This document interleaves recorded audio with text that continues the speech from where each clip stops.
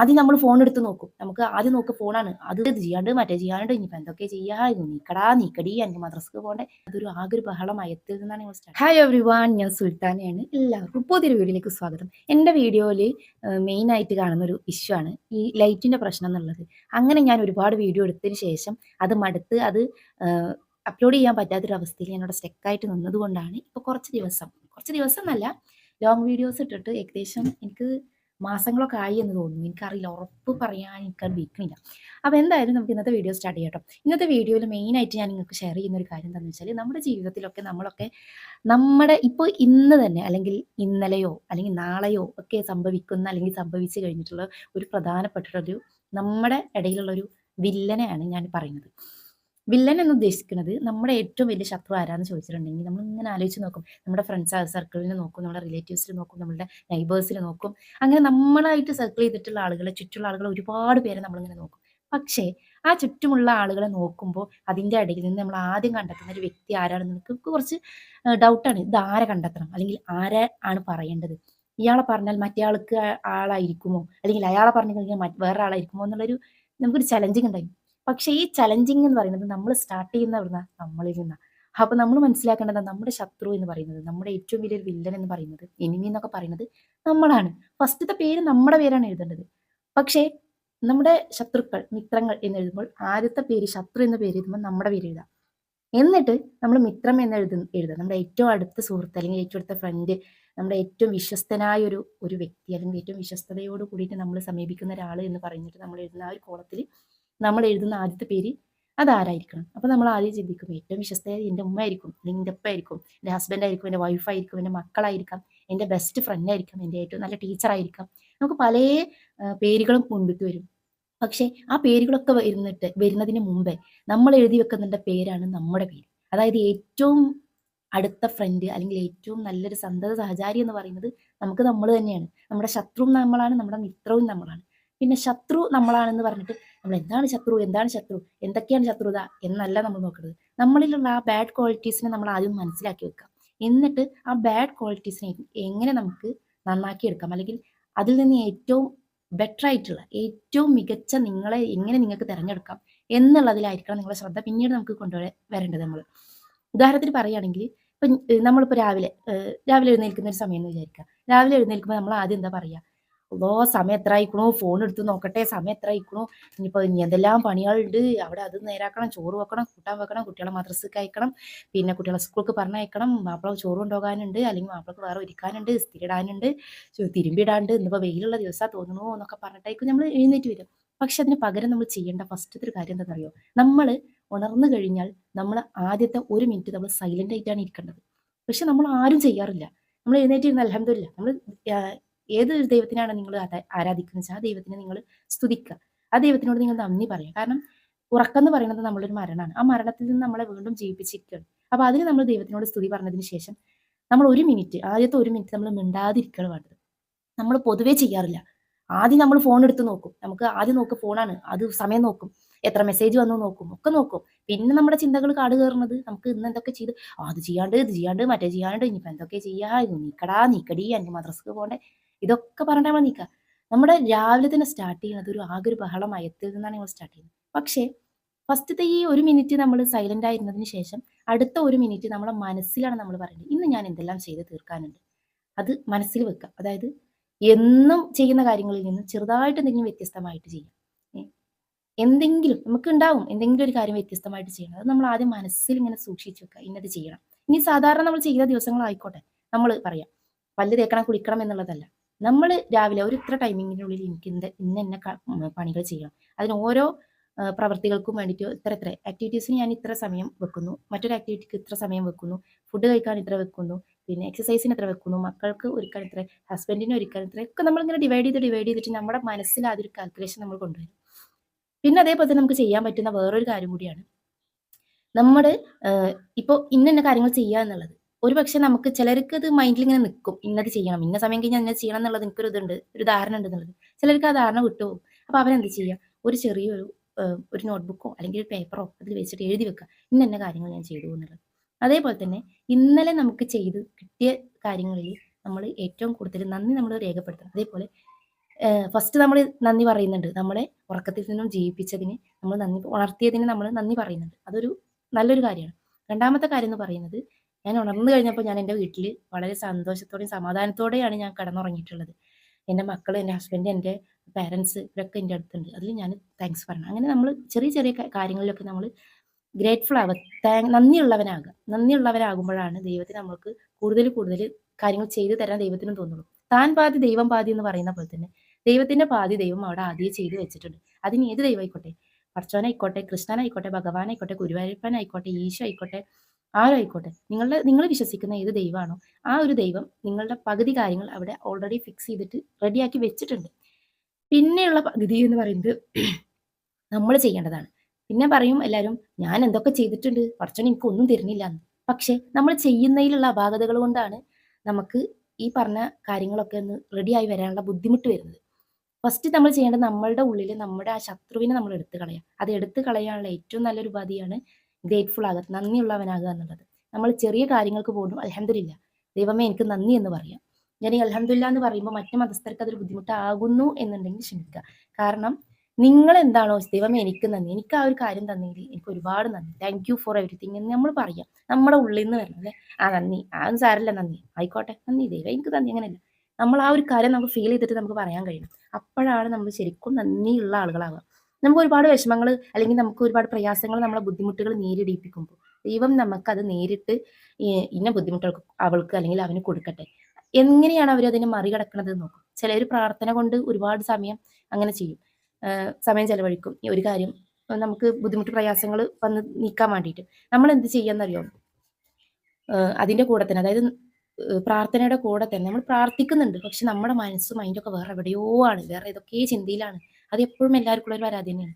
അപ്പൊ നമ്മൾ ചെയ്യേണ്ടത്, പ്രാർത്ഥിക്കുന്ന സമയത്ത് നമ്മൾ ഏകാഗ്രമായിട്ട് പ്രാർത്ഥിക്കുക. നമ്മൾ മാത്രമേ ഉള്ളൂ എന്നുള്ള ഒരു ഫീലിംഗിൽ കണ്ണുകൾ അടച്ച് തന്നെ നമ്മുടെ ഉള്ളിലോട്ട് നമ്മളിങ്ങോട്ട് നമ്മുടെ എന്താണോ നമ്മുടെ ആ ഒരു കാര്യം അല്ലെങ്കിൽ നമ്മുടെ പ്രയാസം എന്നുള്ളത് നമ്മുടെ ഉള്ളിലേക്ക് നല്ലപോലെ ആഗിരണം ചെയ്തുകൊണ്ട് നമ്മൾ പ്രാർത്ഥിച്ചു കഴിഞ്ഞാൽ ഏത് പടച്ചോനൊക്കെ ആയാലും അത് നേരാക്കി തരണം എന്ന് തോന്നും. തൻ്റെ അടിമ എന്താണോ ചോദിക്കുന്നത് അത് കൊടുക്കാൻ സൃഷ്ടാവ് ബാധ്യസ്ഥനാണ്.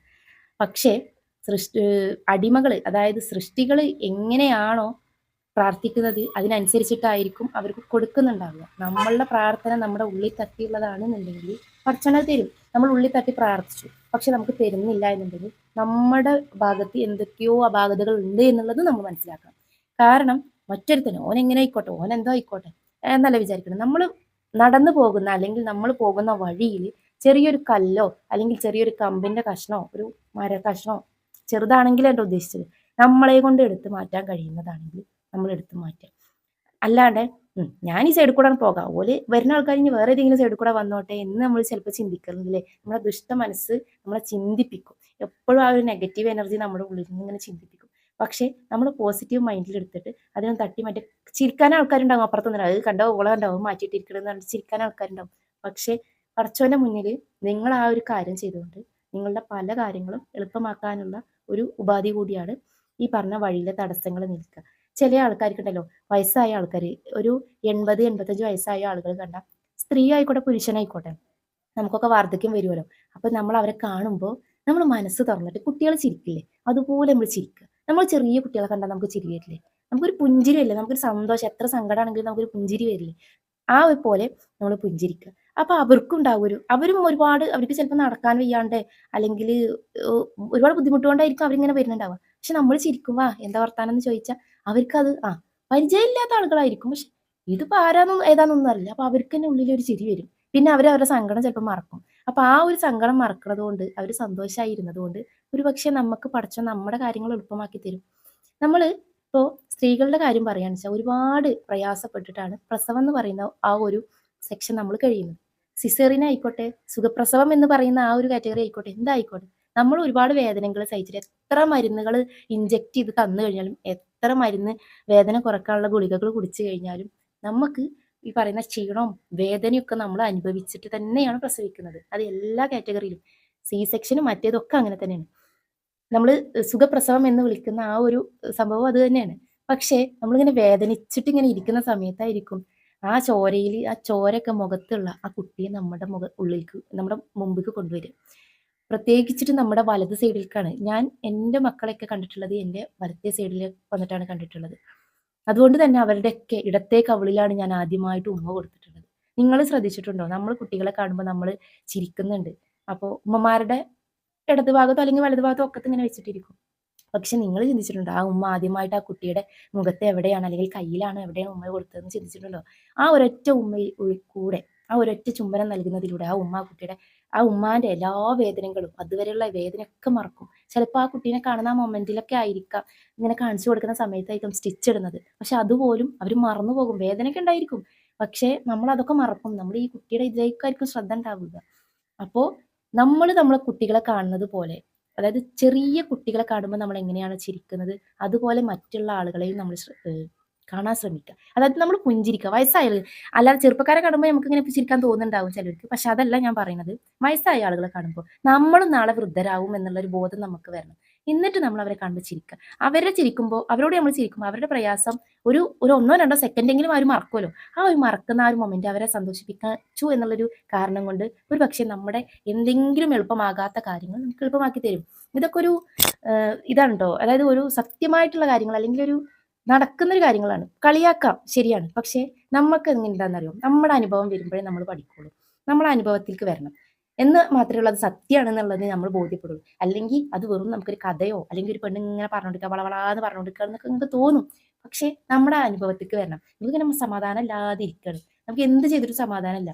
നമ്മൾ രാവിലെ തഹജ്ജുദ് ഇപ്പോൾ ഒരു വ്യക്തി പറയുന്നത് ഞാൻ രാവിലെ തഹജ്ജുദ് നിസ്കരിക്കുന്നുണ്ട്, സുബഹി അവ്വൽ വക്തിൽ നിസ്കരിക്കുന്നുണ്ട്, രാവിലെ ഖുർആൻ ഓതുന്നുണ്ട്, ദിക്റുകൾ ചെല്ലുന്നുണ്ട്, തസ്ബീഹുകൾ ചെല്ലുന്നുണ്ട്, സ്വലാത്തുകൾ ചെല്ലുന്നുണ്ട്, ഒരുപാട് നല്ല നല്ല വേദികളിൽ പങ്കെടുക്കണം, 5 വക്ത് നിസ്കാരം ഞാൻ നിസ്കരിക്കുന്നുണ്ട്. പിന്നെ എന്താണ് എനിക്കിത് പറ്റാത്തതെന്ന് എൻ്റെ ഒരു റിലേറ്റീവ് ആയിട്ടുള്ള ഒരു വ്യക്തി പറഞ്ഞതാണ്. അപ്പോൾ കാര്യങ്ങൾ എടുത്തു നോക്കിയപ്പോൾ അവര് ആ ഒരു സ്ത്രീയാണ്. ആ സ്ത്രീ ചെയ്യുന്ന ഒരു മൈനസ് പോയിന്റ് എന്താന്ന് വെച്ചാൽ ഷൗട്ട് ചെയ്യും. ഒരു ഉറക്കെ സംസാരിക്കുന്നത് പതുക്കെയാണ്. പക്ഷെ ചീത്ത പറയും. കുട്ടികളോടാണ് കൂടുതലായിട്ട് ഷൗട്ട് ചെയ്യുന്നത്. പക്ഷെ അവരോട് നേരിട്ട് പറഞ്ഞു കഴിഞ്ഞാൽ അവരത് എടുക്കില്ല. ഞാൻ എൻ്റെ എല്ലാതും ചെയ്യുന്നുണ്ട്. ഒരുപാട് ആയിരക്കണക്കിന് ദിക്റുകളും സലാത്തുകളും തസ്ബീഹും ഒക്കെ ഞാൻ ചെല്ലുന്നുണ്ട്. എത്രയോ സമയം ഞാൻ ഖുർആൻ ഓതുന്നുണ്ട്. എൻ്റെ പണിയൊക്കെ അവിടെ കടന്നോട്ടെ എന്ന് വിചാരിച്ച് ഞാൻ ഖുർആൻ ഓതുന്നുണ്ട്. പക്ഷെ എൻ്റെ കടം വിടുന്നില്ല അല്ലെങ്കിൽ എൻ്റെ കാര്യങ്ങളൊന്നും എളുപ്പാകണില്ല. ആൾക്ക് അസുഖം കാര്യങ്ങളൊക്കെ ഉണ്ട്. അതൊന്നും ശരിയാവണില്ല എന്നൊക്കെ പറഞ്ഞപ്പോൾ ഒരുപാട് പ്രാവശ്യം എന്നോട് പറയണ്ടായി. അപ്പൊ ഞാൻ എന്ത് ചെയ്തു? ഇവരോട് എങ്ങനെയാണ് നമുക്കിത് സമീപിക്കാന്ന് അറിയില്ല. അപ്പൊ ഞാൻ പറയാണ് നിങ്ങൾ കുട്ടികളോട് ഇങ്ങനെ ഒച്ചയിട്ടൊരു വർത്താനം പറയരുത്. അല്ലെങ്കിൽ കുട്ടികളോട് സ്നേഹത്തോടെ വിളിക്കണം. നമുക്ക് ചിലപ്പോൾ പറ്റിക്കൊള്ളണമെന്നില്ല. വായോ എന്ന് പറയുന്നത് ഇവിടെ വായോ ഇവിടെ വന്നിരിക്ക് എന്നൊന്നും നമുക്ക് കുട്ടികളോട് പറയാൻ നമുക്ക് പറ്റിക്കൊള്ളണമെന്നില്ല. പക്ഷേ ഷൗട്ട് ചെയ്യണത് നമ്മൾ കുറച്ചാൽ മതി. നമ്മൾ ചെയ്യുന്ന നെഗറ്റീവായിട്ടുള്ള കാര്യങ്ങൾ, മോശപ്പെട്ട കാര്യങ്ങൾ നമ്മൾ കുറച്ച് കഴിഞ്ഞാൽ ഓട്ടോമാറ്റിക്കായിട്ട് നമ്മളിലുള്ള നന്മകളുണ്ടല്ലോ കൂടുതലായിട്ട് വരും എന്നുള്ളതാണ്.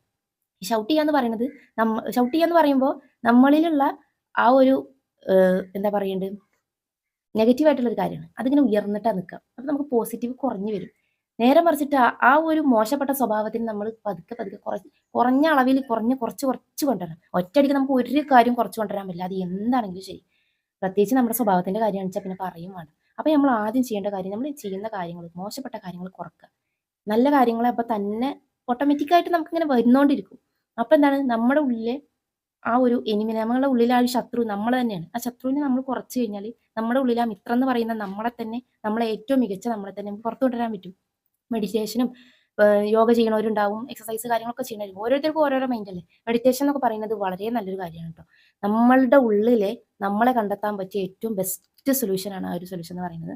നിങ്ങൾക്ക് ആവശ്യം ഉണ്ടെന്നുണ്ടെങ്കിൽ ഞാൻ കമന്റ് ചെയ്താൽ മതി. നമ്മളുടെ വീഡിയോയിൽ ഉൾപ്പെടുത്താം. അവരുടെ കാര്യങ്ങൾ ഡീറ്റെയിൽസ് ഒക്കെ ആയിട്ട് നല്ലൊരു ടീം മെന്ററും എല്ലാം ഉണ്ട് നമുക്ക്. അപ്പോൾ അതൊക്കെ ഉൾപ്പെടുത്താനും പറ്റും. അപ്പോൾ നമ്മുടെ ഉള്ളിലെ നമ്മൾ കണ്ടെത്തി കഴിഞ്ഞാൽ നമ്മുടെ വില്ലനായിട്ട് നിൽക്കണം നമ്മളെ തന്നെ പുറത്ത് കളയാൻ പറ്റും എന്നുള്ളത്. അപ്പോൾ ഈ ഒരു വീഡിയോ ഇത്രയേ ഉള്ളൂ കേട്ടോ. ലോങ് ആയി പോയതിന് സോറി. അപ്പോൾ അടുത്ത വീഡിയോ ആയിട്ട് വീണ്ടും വരാം. Thank you.